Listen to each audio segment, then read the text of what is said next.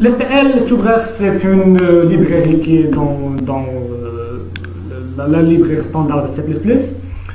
Il y a des algorithmes et des containers. Les containers sont tout simplement des structures de données, donc des tableaux, des tableaux et des chaînes de caractères string qu'on a déjà vu. Le bitset aussi, il n'y a pas de graphe malheureusement, mais on peut les faire avec des maps qui sont aussi dans les containers. Il y a des vecteurs, bon, on va voir tout ça. Bon, ils ont fait les algorithmes, puis ils ont fait les containers, puis ils ont ajouté les itérateurs. Bon, si je laisse, par exemple, pourquoi ils ont ajouté les itérateurs? Car si j'ai un algorithme et j'ai un container, le but de la STL, je veux que tous mes algorithmes travaillent avec toutes mes structures de données. Donc, si je fais ceci, par exemple, je fais un algorithme et une structure de données, ou container, à chaque fois, il faut faire une implémentation différente par le container. Donc, ça va me prendre n fois qu'une implémentation. Alors que si je fais des itérateurs, bon, mon algorithme, bon, les itérateurs doivent seulement travailler. Mes itérateurs doivent seulement travailler avec les algorithmes, puis d'autres itérateurs qui vont travailler avec des containers. Et il y a une interface unique. Donc, je fais une implémentation des itérateurs avec les containers, une implémentation avec les algorithmes. Et puisqu'il y a une interface qui est toujours la même, donc au total, j'ai seulement n plus m implémentation. Bon, les containers, il y en a beaucoup vraiment dans STL. On va travailler seulement avec avec deux types, comme j'ai dit, c'est deux grands types et c'est presque le tout. Sequence containers and associative containers. Sequence containers, on a tous les implémentés, on a travaillé avec des arrays, avec des linked lists. Bon, linked list, c'est liste chaînée. List, queues et tout ça. Et aussi associative containers, ils sont généralement implémentés par des arbres. Plus précisément, red black trees. Red black trees, bon, il n'est pas intéressant de les savoir pour le moment, jusqu'à ce qu'on arrive. Bon, je commence par vector. Vector que j'ai utilisé déjà. Vector, comme j'ai dit, vous pouvez l'utiliser comme un tableau, mais c'est vraiment pas un tableau. Bon, vector, c'est exactement comme ceci. Bon, ici, c'est mes valeurs, mais à chaque fois, comme on sait sur le tableau, j'ai un tableau par exemple de 60 éléments. Quand je veux faire le 61, ça va arriver un overflow, donc ça va me poser un problème. Alors que le vecteur, tu ne vas pas savoir que tu peux le dire, par exemple, je veux seulement 60, mais quand il est rempli, tu peux ajouter un autre élément avec pushback ici. Et tu vas quand même trouver que le tableau est devenu automatiquement 61. Bon, c'est pas 61, mais si tu utilises size, tu vas trouver que c'est 61.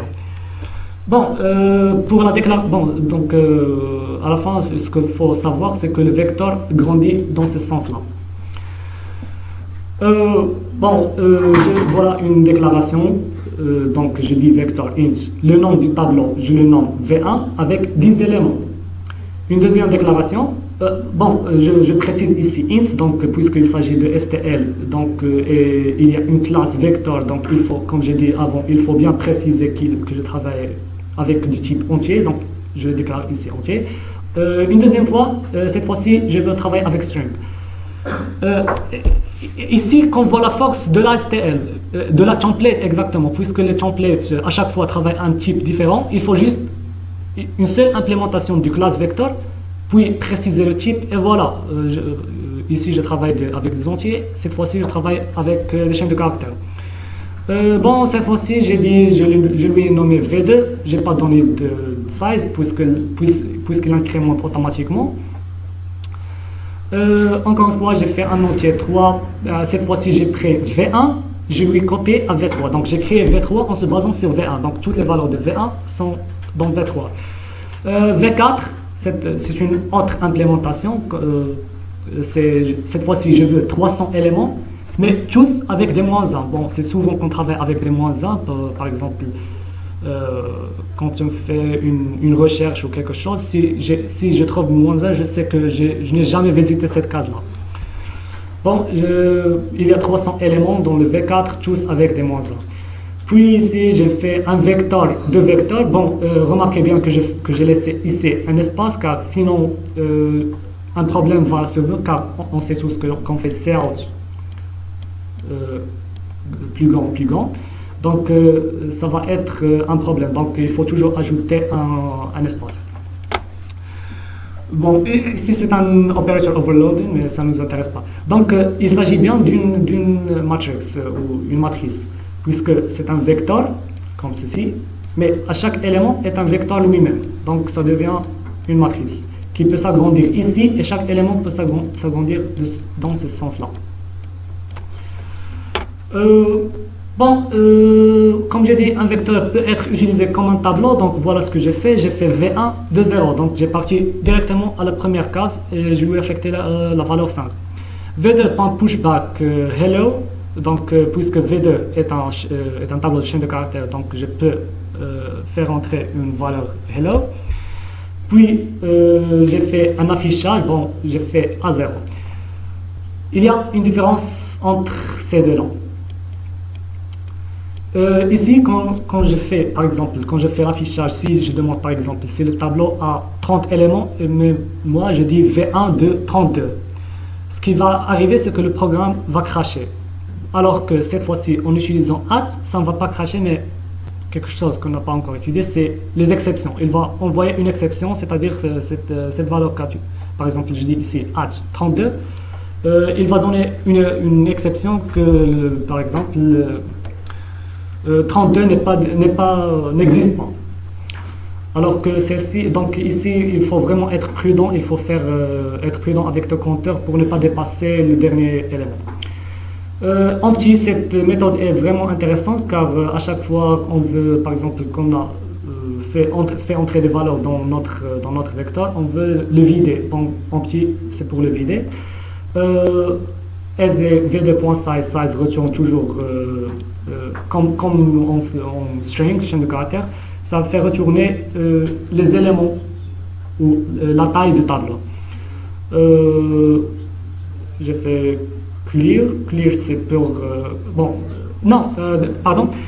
clear c'est pour le vider, mais alors que empty c'est pour vérifier, ça retourne une valeur booléenne. C'est le tableau, bon, t c'est un booléen, je l'ai déclaré déjà. Si le tableau est vide, il va retourner true. S'il n'est pas vide, il va retourner false. Bon, ceci ne va pas compiler si vous n'utilisez pas C++11 pour... donc, il suffit d'ajouter std égale C++11 pour compiler. Auto, c'est une propriété qui vient avec C++11. Encore une fois, par exemple, ici, si j'ai V1, bon, V1, il est des entiers, donc automatiquement, auto va devenir int, va devenir un entier. Puis, je boucle sur toute, aussi, auto i, ce type-là n'était pas, il était en Java comme for each, mais on sait ce for loop n'existait pas. Donc, tout simplement, le i va boucler sur tout le V1 et à chaque fois va prendre la valeur et va l'afficher. La valeur et non pas l'adresse. V3.swap V1. Bon, tout simplement ce code, c'est prendre le V1, le V3 et fait l'échange entre les deux, des valeurs. Il n'y a pas de condition, même s'ils sont différents, il va prendre la taille maximale et va les échanger. Comme j'ai dit, vecteur, on peut aussi créer un pointeur. Tout simplement, int p, un pointeur p, et le pointer sur la première position, puis je peux travailler avec mon pointeur. Maintenant, j'utilise la DQ. DQ, c'est une autre structure de données, exactement comme le vecteur, mais cette fois-ci, elle incrémente de ce sens-là et de ce sens-là. Bon, on va voir qu'on va gagner un petit truc en utilisant DQ, en utilisant cette implémentation. La première, c'est que je peux ajouter des valeurs ici à la fin et même au début, alors que en vecteur, j'avais seulement la possibilité d'ajouter des valeurs à la fin. Bon, je déclare mon DQ. Encore une fois, je fais seulement le DQ. Il faut faire un include de DQ. Puis, j'indique le type qui est entier. Puis, je prends 10 éléments. Bon, j'ai pris le même code, les mêmes fonctions, tout ça, c'est le même. Les seules deux fonctions qui sont nouvelles, c'est pop front, c'est-à-dire supprimer le premier, puisque j'ai l'accès au premier élément alors qu'en vecteur je n'ai pas cette possibilité. Et il y a aussi push front. Je peux ajouter des éléments dès le début. Bon, faisons une petite comparaison. Bon, pas des comparaisons, mais des propriétés. Le vecteur, il est rapide quand je veux insérer des éléments au début ou à la fin, donc ça prend un temps constant. Il est même pour le DQ. La seule chose que, comme j'ai dit avant, que la DQ peut insérer des éléments au début et à la fin, alors que le vecteur n'avait pas cette possibilité. Donc DQ fait une insertion au début et à la fin, le vecteur ne la fait pas. Bon, ils sont tous deux tout longs quand il s'agit d'insérer un élément au milieu. Plus le vecteur, puisqu'il n'avait pas la propriété d'ajouter des éléments au début, donc même au début et au milieu, c'est long, ça prend un temps linéaire. Bon, ici, celui-ci gagne. Bon, la recherche c'est grand O de n, puisque un vecteur, une DQ ne me garantit pas que les éléments sont triés ou j'ai une relation binaire comme dans les arbres, donc c'est toujours grand O de n. J'ai une autre propriété, le random access. Par exemple, dans une arbre, je ne peux pas dire V puis I à l'élément I. Bon, cette propriété elle est accessible dans les deux.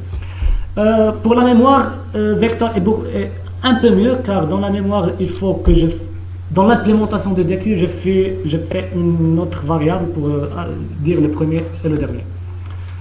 Bon, je passe à stack and queue. Stack et queue sont vraiment très utilisables dans les compétitions. Bon, le stack, c'est tout simplement, ils sont tous deux les mêmes. Bon, stack, j'ai seulement la possibilité d'ajouter des éléments ici. Et je peux accéder seulement au dernier, je peux supprimer le dernier, ajouter un au dernier. Donc celui qui c'est le fil et les piles qu'on a vu en classe. Donc j'ai seulement la possibilité d'y accéder au dernier. Le DQ, non, c'est le contraire, je peux ajouter des éléments par ici, mais le premier qui sort c'est par ici. Donc je peux supprimer le dernier, le premier entrée donc, qui est ici en bas. Je peux le modifier, je peux faire des opérations sur. Bon, l'interface est vraiment facile. Bon, voici la déclaration. Il faut juste faire un include en stack pour le stack et le queue en queue. Bon, le queue n'est pas le DQ. Le DQ c'est une tableau qui s'agrandit, alors que le queue c'est une pile. Bon, je peux ajouter un entier à la fin. Bon, comme j'ai dit, il n'y a ni push back ni push front puisque c'est juste à la fin. J'ai fait entrer 3 éléments, j'ai fait une vérification, un entier, bon, size, c'est un entier. Bon, j'ai fait v.size, ça me retourne combien d'éléments il existe, puisque j'ai fait 3 éléments, donc size va être nécessairement 3. Puis j'ai fait if v.entier, bien sûr qu'il n'est pas entier, bon, ceci retourne vrai s'il est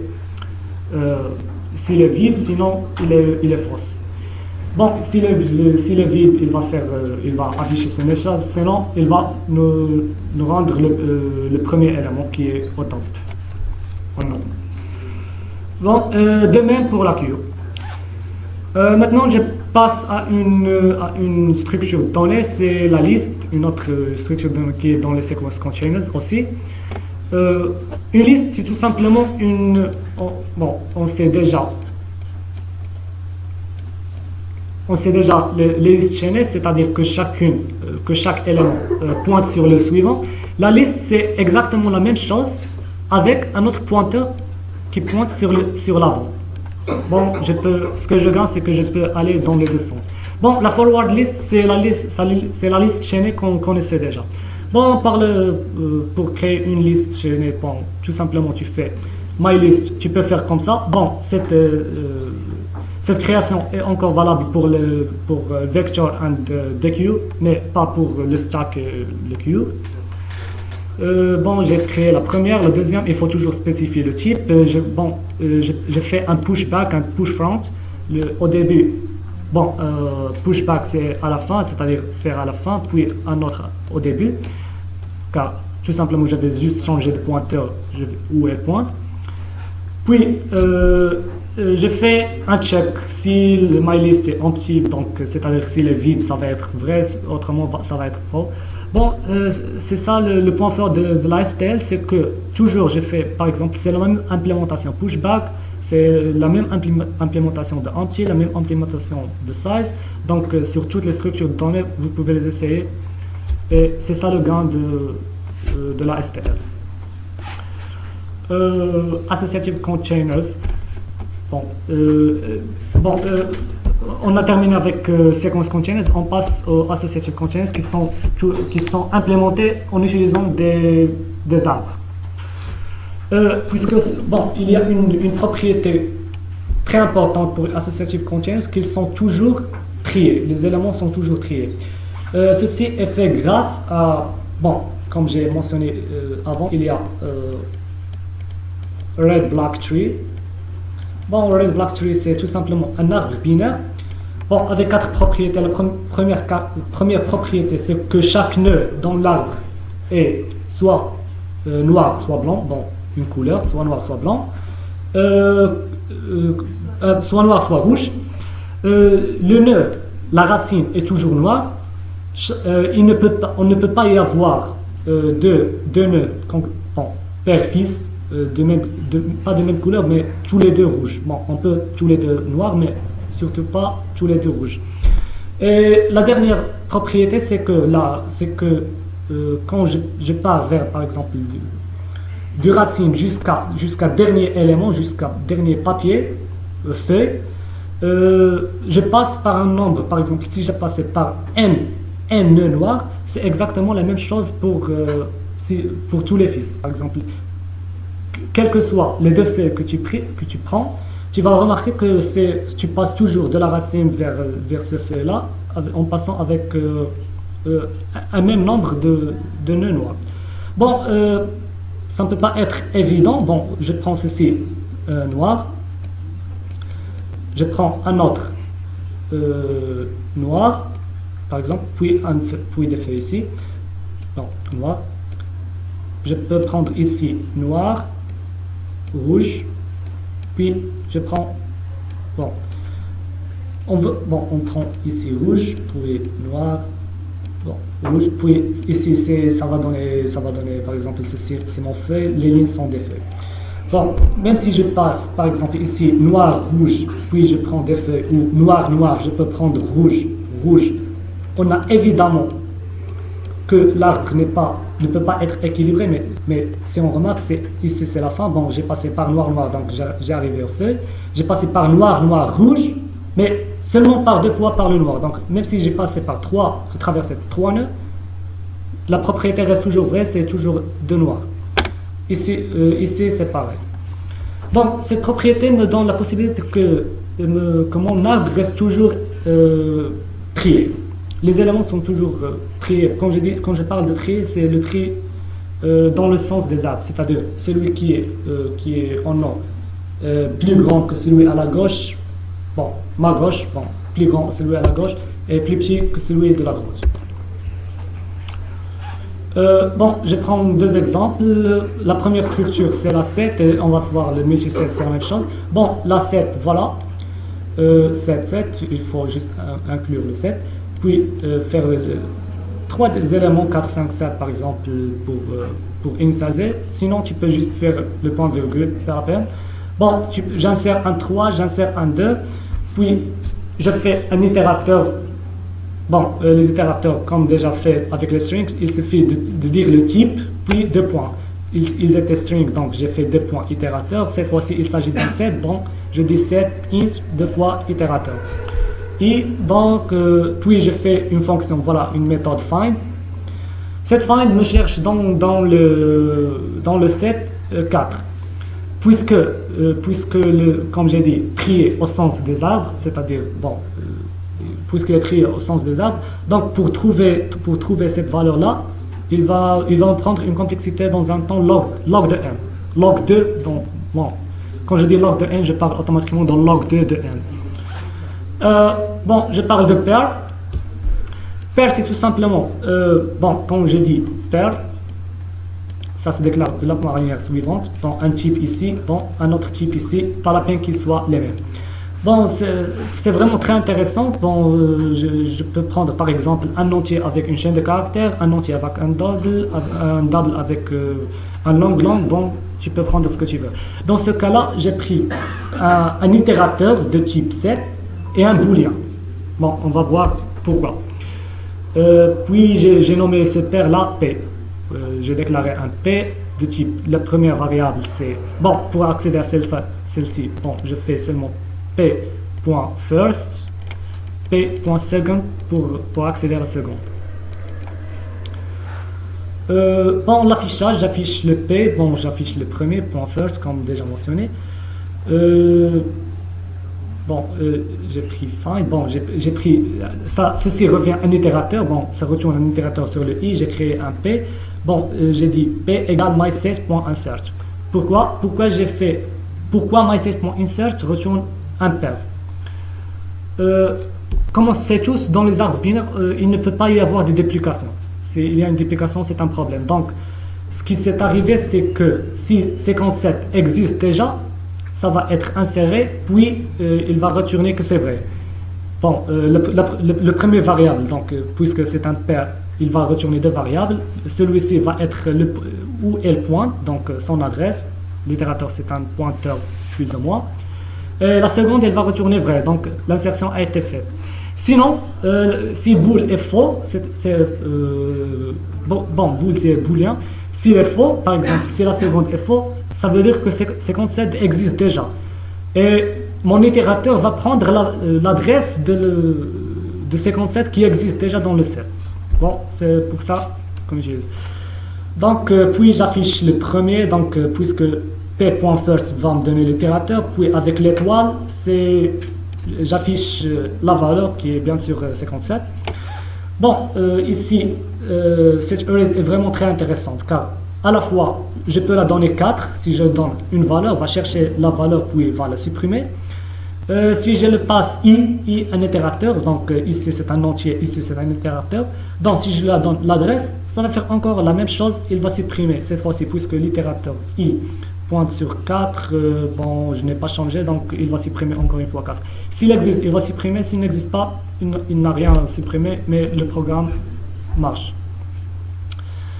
Bon, puis j'affiche, bon, encore une fois, c'est le size, empty, clear c'est pour les vider le tout.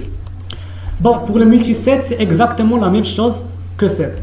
La propriété de plus, c'est que qu'il peut y avoir des duplications. Par exemple, dans le cas ici, s'il y avait 57, puis j'insère une autre fois 57, la deuxième, bon, il va être faux. Donc ici, ça marche toujours, tu peux insérer même n fois le nombre que tu veux. Pour la déclaration, c'est multiset int, par exemple, je l'ai nommé ms, et puis le tout reste valable. Map and multimap. Map, encore une fois, c'est presque le pair, mais c'est un arbre de pair. Tout simplement, map, c'est un arbre de pair. J'ai déclaré un arbre de la première variable char, la seconde un entier, bon, je l'ai nommé m1. Je peux dire que, bon, puisque c'est comme les tuples qu'on a vu en Python, bon, on peut dire que le mymap, je prends le premier variable, par exemple a pour le char a, affect 15. Bon, voici la première méthode. Voici la seconde c'est pour, en déclarant un pair avec P100, c'est comme si j'écris ici P ici 100. Une troisième façon de faire les choses, c'est par la fonction, pas la méthode, makePair. Donc cette fois-ci c'est f de 100, ça revient à faire f ici, de 100 ici. Bon, encore une fois, je crée un itérateur. Bon, c'est tout simplement, bon, les choses se répètent maintenant.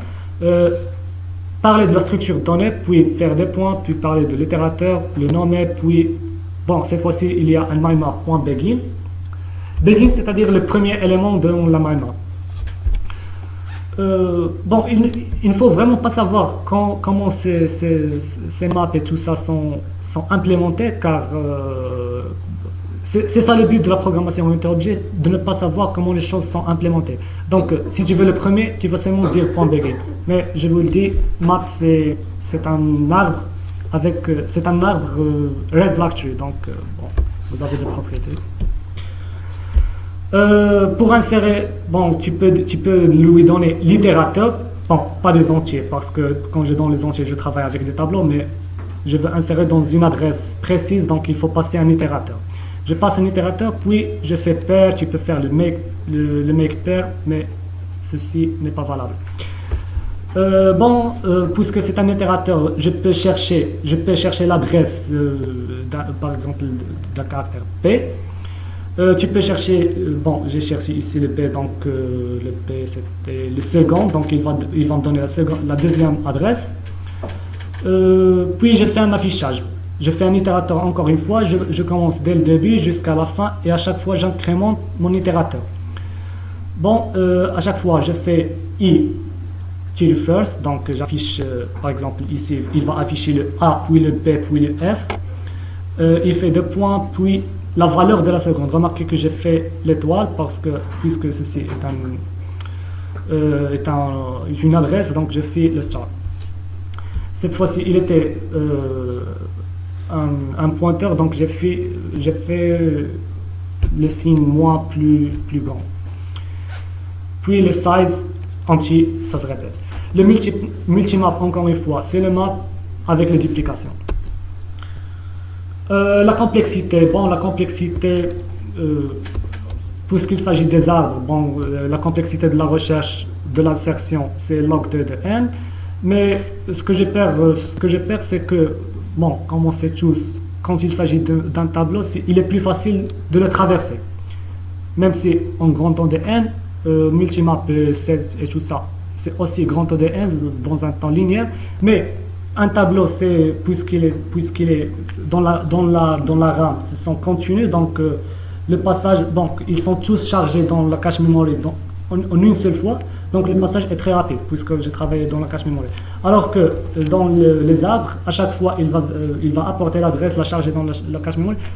Ils ont la même complexité, mais malheureusement, le map et le multimap un peu plus lourd. Ça revient toujours à la cache memory. Bon, ce qui est écrit ici, je passe. Les itérateurs, on a bien vu les itérateurs, mais il y a, bon, l'STRL est vraiment très vaste, très large, mais on va voir, même si on avait les itérateurs, c'est pas suffisant. Et même avec ceci, c'est pas suffisant car il y a beaucoup de choses que je n'ai pas parlé.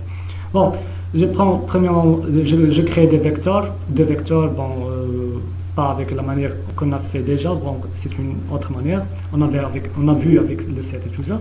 Bon, je crée un itérateur de type vecteur, vecteur des entiers.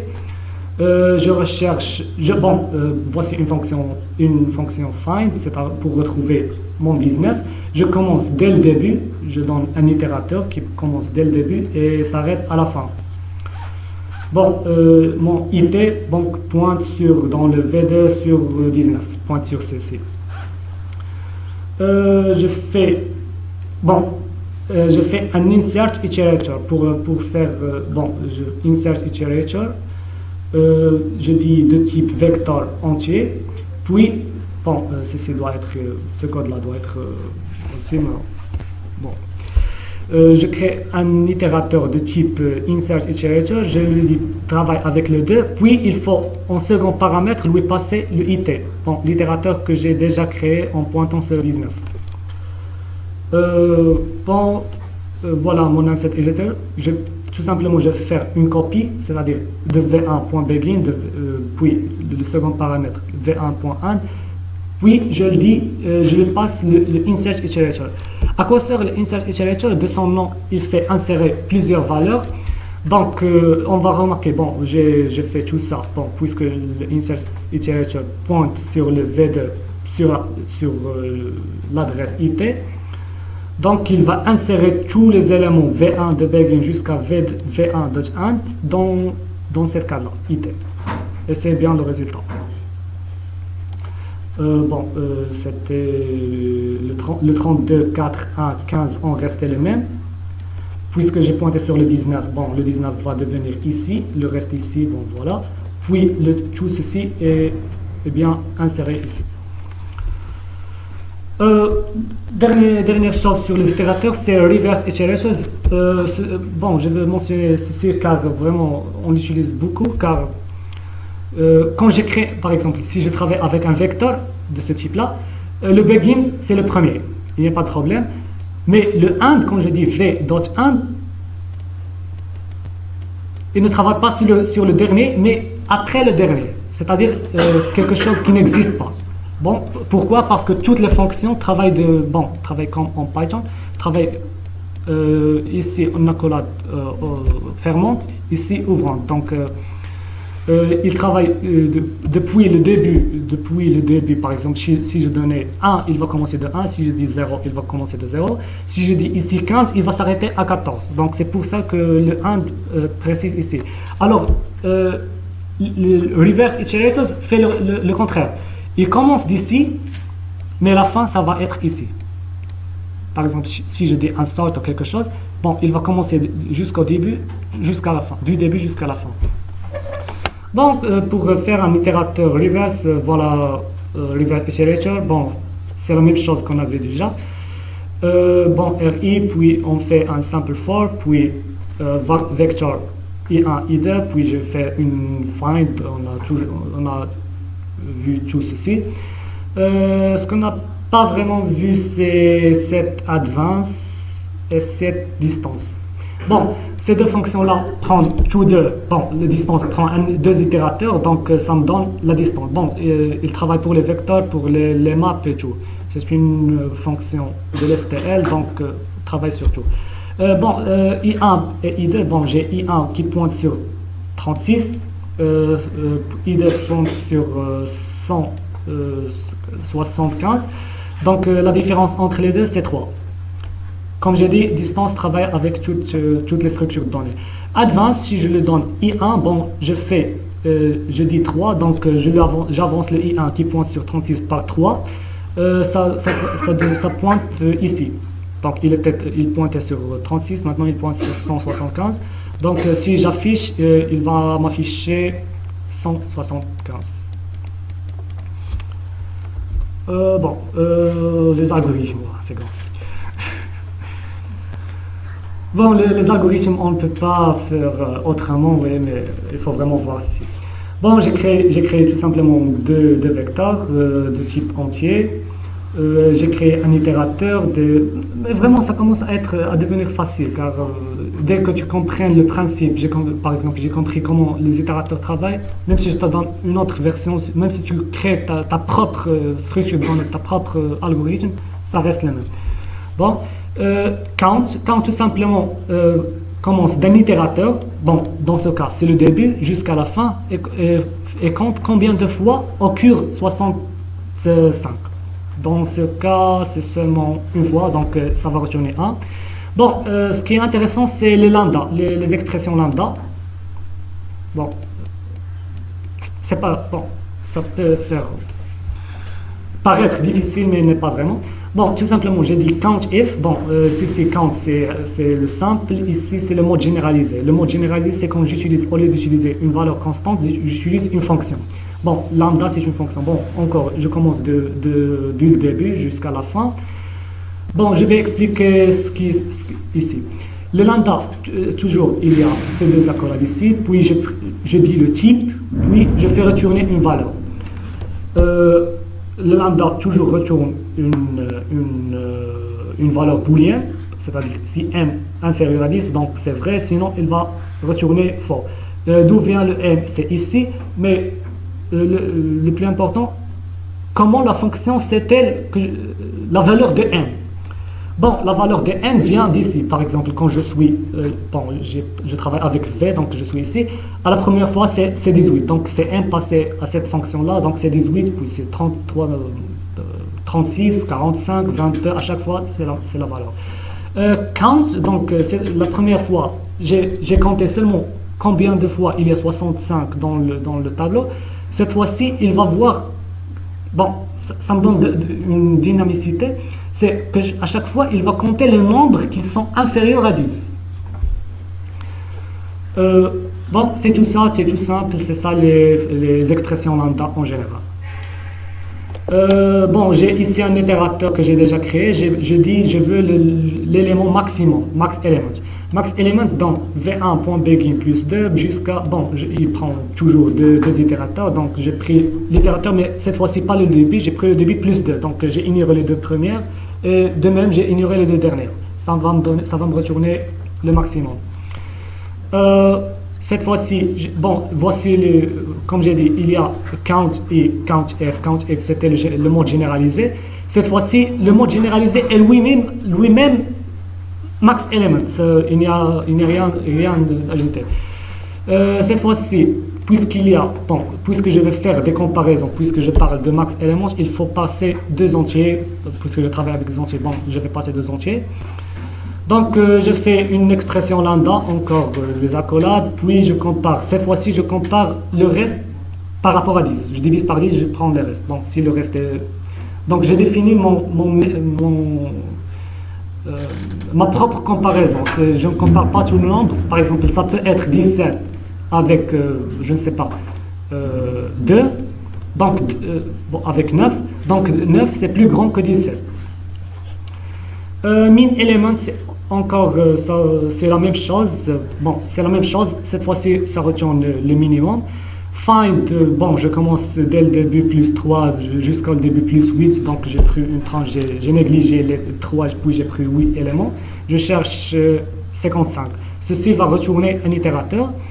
Find if, c'est la même chose avec une expression lambda. Donc, je cherche les éléments, je cherche le premier élément qui est inférieur à 30. Find if not. Find if not, c'est encore une fois la même chose, mais au lieu de, par exemple, si mon tableau contient 30, 30, 30, 4, 30, 30, 30 par exemple, ça va retourner le 4, ça va pointer sur le 4. Search n. Search n va, bon, dans ce cas, j'ai dit, par le début jusqu'à la fin, bon, je laisse le 2, c'est le n ici, puis 15. Bon, ce 2, on peut l'interpréter, c'est si tu trouves 15, 15, pointe sur le premier. Bon, si je veux par exemple 3, je vais dire 3. Donc, s'il y a 15, 15, 15, il va pointer sur le premier. Sinon, il va retourner un itérateur nul ou ça dépend. Bon, search, encore une fois, c'est un. Ah, cette fois-ci, c'est bon, search un peu intelligence. Search va prendre un vecteur qui va commencer dès le début, puis il va aller à la fin. Puis ici, il prend un autre vecteur. Bon, ce sont des points, des itérateurs, donc tu peux faire ce que tu veux. Bon, il part dès le début jusqu'à la fin. Bon, ce qu'il fait, c'est rechercher si ce que V2, bon, les éléments de V2, dans ce cas, j'ai pris tout le V2, donc si le V2 existe, est inclus dans notre V. Si c'est le cas, bon, il va retourner un itérateur vers le premier élément de V2 qui est dans le V1, dans le V. Bon, find and, bon, ceci retourne le premier subbranch, par exemple. Il se peut que le V2 soit inséré, par exemple, plusieurs fois, la première, la deuxième, la troisième. Donc, ceci va, dès qu'il va trouver la première inclusion, va retourner la première. Celle-ci va retourner la dernière. Bon, c'est tout. Je passe à isSorted. isSorted, bon, tu passes un tableau. Bon, ce que je dis ici pour les vecteurs, ça marche pour le tout, pour toutes les structures données. Quand je dis isSorted, ça va retourner une valeur booléenne si le sort il est trié de v.begin jusqu'à v.begin plus 8. All of, bon, je dis v.begin, v.1, bon, si tous les éléments, bon, à chaque fois je prends un élément depuis le début jusqu'à la fin, je passe à la fonction lambda ici. Si le supérieur strict à 50, c'est vrai. Bon, s'ils sont tous vérifier cette propriété, ça va être vrai. On et off, c'est la même chose, mais cette fois-ci, il suffit qu'il soit seulement un. Pour la dernière, il faut que aucun élément ne vérifie cette propriété. algorithmes avec modification. Bon, c'est le copiage. Je copie je copie les 4 éléments dans V2. Cette fois-ci, je copie les 4 éléments qui respectent cette propriété-là, cette fonction lambda. Copy n, bon, je dis le begin, bon, je veux le v, prends 4 éléments, puis le fait dans v.1 moins 4, donc c'est-à-dire le faire au dernier. Copy backward, tu dis d'où tu veux aller, jusqu'à où tu veux y arriver. Bon, je vais aller dès le début jusqu'à la fin, moins 7, et le faire dans le V1. Tout simplement, bon, voilà mon V2, c'est mon V2. Bon, j'ai pris v.begin jusqu'à la V1 moins 7, disons un n, donc il va les faire, au lieu de le faire dès le début, il va les faire ici à la fin, dans le même ordre. Move backward, bon, c'est la même chose qu'il fait, mais seulement il fait les choses échangées. Swap range, je passe de range, bon, depuis le nom, échanger de rang. Je prends v.begin, v.begin.5, puis je prends v2.begin. Il n'est pas nécessaire d'ajouter un autre paramètre puisque je parle de 5 bon, v begin plus 5. Donc, automatiquement, V2, il s'agit de 5 éléments.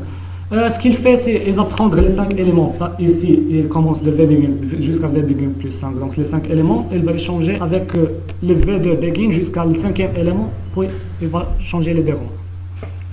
Replace, tout bref, il remplace tous les 6 avec des 9 dans ce rang-là. Replace F, il va remplacer tous les éléments, bon, qui respectent cette fonction-là avec des zéros. Bon, dans ce cas, si n, bon, s'il y a un nombre qui est supérieur strict à 90, il va être remplacé par 0. Remove, tout bref, il va supprimer les 15. Unique, il va traverser tout le tableau. S'il y a deux valeurs qui se répètent, par exemple 15-15, il va supprimer à la deuxième. Il faut qu'il soit consécutif. S'il y a 15, 13, 15, bon, il ne va rien faire. Unique, c'est la même chose avec less int. Bon, je ne veux pas parler ceci, mais ils sont nommés les functors. Functor, c'est un objet, bon, c'est un objet, bon, comme on a déjà vu, de la classe less, de type int, mais qui a un behavior comme les fonctions. Donc, tout simplement, je fais ce truc-là. Bon, ce qu'il faut savoir, c'est que quand tu dis v.begin, v.end less, donc tout simplement, à chaque fois, il va prendre un élément, un deuxième élément, il va comparer le deuxième avec le premier. Puisqu'il s'agit de less, si le premier est inférieur au deuxième, donc il va supprimer le deuxième. Exactement comme unique. Donc, cette fois-ci, j'ai changé ici, unique veut dire que les deux sont égaux. Ici, il veut dire que le deuxième est plus grand que le deuxième, que ce qui est avant. Donc, ça revient à trier le tableau, puisque à chaque fois je trouve un plus grand que l'autre, je trie le tableau. Je ne trie pas, mais je trie en supprimant des entiers, dans ce cas. Greater, c'est la même chose, bon, c'est l'inverse, s'il est plus grand. Il y a aussi less underscore equal, greater underscore equal, bon, c'est la même chose. Reverse, bon, je commence par le begin jusqu'à la fin, moins 4, puis je fais l'inverse. Par exemple, j'ai 60 éléments, soit le begin c'est le 0, le V1 moins 4, si j'ai 60, donc c'est 56. Donc à chaque fois, prends le dernier avec le deuxième, le dernier avec le premier, le deuxième avec l'avant-dernier, et tout ça. Les 4 derniers ne vont pas être touchés. Shuffle, cette fonction, on utilise beaucoup. Je veux dire, l'itérateur le premier, le début, la fin, puis j'utilise cette fonction-là. Cette fonction-là, c'est simplement un générateur, mais qui est vraiment très efficace en le comparant avec les autres générateurs. Bon, c'est un générateur de random qui est, bon, le dernier générateur ajouté à random. Donc, n'oubliez pas de faire include random or no pour utiliser cette fonction-là. Rotate, je prends le begin, le end, puis je fais une rotation. Non, rotate n'est pas reverse, donc reverse, je prenais les mêmes éléments, j'ai fait l'inverse, je fais un swap entre eux. Rotate, non, je prends le tout, je passe, dans ce cas, je prends le tout de V1 moins 6 jusqu'à la fin, je les prends, je passe au début, puis je prends le début, je le fais à la fin. Ok, on est presque. Deux types d'algorithmes qui sont vraiment intéressants, c'est le sorting et le sorted. Sorting, c'est-à-dire des algorithmes qui travaillent pour trier, et des algorithmes qui travaillent avec seulement les vecteurs, les tableaux, les DQ qui sont déjà triés. Bon, encore une fois, je fais un vecteur, je fais un autre vecteur, je crée un troisième qui est égal avec une taille qui est égale à la somme des deux tailles, donc V-size du premier plus V-size du second. Je crée un itérateur, un entier, une valeur booléenne. Bon, je fais sort, tout simplement. Bref, je prends le premier, je fais un sort. Donc, bon, sort ici, c'est le merge sort. Donc, le merge sort qu'on a déjà calculé la complexité, c'est n grand O dans n log de n. Ça vient du min jusqu'au max, par défaut. Donc, si tu veux faire le contraire, tu veux que le premier soit le plus grand, le dernier soit le plus petit, donc tu ajoutes le functor greater. Partial sort. Partial sort, je ne fais pas. Bon, partial sort, bon, je vais l'expliquer. Je prends v.begin, v.begin plus 5. Je prends la fin, puis je passe mon functor encore une fois. C'est-à-dire que je veux que à chaque fois, il va comparer les deux. Bon, le partial sort, ce qu'il fait, il vaut mieux l'utiliser au lieu de source car il est plus rapide. Si tu sais déjà que, par exemple, bon, tu as un tableau, tu veux seulement trier les 5 premiers éléments, mais tu ignores le reste. Tout simplement, tu dis, par exemple, je veux le début jusqu'à v begin plus 5, mais ces 5 là que je veux être triés, je vais les prendre jusqu'à la fin. Bon, c'est ça le partial sort. Le int element. Int element, c'est exactement le partial sort, mais cette fois-ci, l'ordre n'est pas intéressant. Je veux, par exemple, je veux prendre le plus grand. Bon, je veux le plus grand, greater. Je les veux au début, mais l'ordre n'est pas intéressant. Par exemple, je veux pas qu'il soit 1, 2, 3. Non, il peut être, s'il y a tous les entiers sont négatifs et il y a 1, 2, 3, bon, au lieu de 5, je vais faire seulement 3. C'est pas la peine qu'il soit 1, 2, 3, je veux par exemple 3, 2, 1. Bon, bien sûr, quand ils ne sont pas triés, donc il y a plus ou moins une bonne performance, une plus bonne performance en le comparant avec partial sort. Bon, on a terminé avec sort, la première partie. Donc, bon, la première partie ici. La deuxième partie, c'est les fonctions qui travaillent avec des données qui sont déjà triées. Binary search. Binary search, on a déjà calculé la complexité, c'est grand O de log de n. Donc, tout simplement, je passe le début, la fin. Bon, c'est pas toujours le début et la fin, les itérateurs. Si tu veux, par exemple, de troisième, tu vas dire v begin plus 3. Si tu as déjà un itérateur que tu as trouvé, tu peux le passer déjà à l'itérateur. C'est pour tout. Puis je vais chercher le 15. Bon, s'il le trouve, il va retourner 1, sinon il va retourner 0. Bien sûr, il retourne une valeur booléenne. T est booléen. Bon, j'ai déclaré en slide précédent. Ici, lower bound and upper bound. Lower bound, bon, je passe deux itérateurs, je passe un variable. Lower bound me donne tout simplement, si je passe un tableau, dans ce cas c'est V, me retourne un itérateur. Cet itérateur pointe sur l'adresse où tu peux insérer le 9. Bien sûr, il fait ceci en grand temps de log de n. C'est-à-dire le 9 n'existe pas dans le tableau. Même s'il existe, il va te donner l'adresse qui est avant. Donc, où tu peux insérer le 9. Bon, lower bound, il se peut qu'il y ait plusieurs possibilités. Donc, lower bound te donne la première possibilité. Upper bound te donne la dernière possibilité. Bon, la première et la deuxième possibilité, puisque le tableau est trié, donc nécessairement il y a plusieurs 9. Donc 9, 9, 9, 9. Lower bound, il va te donner la première position, upper bound va te donner la dernière position. Merge, on la connaît, on l'utilise dans merge sort. Donc, tout simplement, tu passes deux tableaux triés, deux blocs. Elle va, bon, tu passes V1.begin, V2.begin. Donc, dans ce cas, j'ai passé les deux triés. Et le résultat va être dans V3 dans .begin. Si vous avez bien remarqué, j'ai bien fait V3 égale la somme des tailles. Donc, il n'y a pas de problème. Tout simplement, il va prendre, si ils sont triés du plus petit jusqu'à plus grand, du plus petit jusqu'à plus grand, bon, à chaque fois, il va comparer le premier avec le premier, puis il prend le minima, l'ajoute, puis il passe le deuxième, compare le deuxième avec le premier, et ainsi de suite. Le résultat va être en V3. In place merge, c'est la même chose. C'est, par exemple, bon, voilà un bon exemple. J'ai trié le tableau du début plus 8 éléments, puis j'ai pris le même tableau, j'ai trié le 9e élément jusqu'à la fin. Donc, il y a deux blocs qui sont triés, mais ce n'est pas nécessairement que tout le tableau est trié.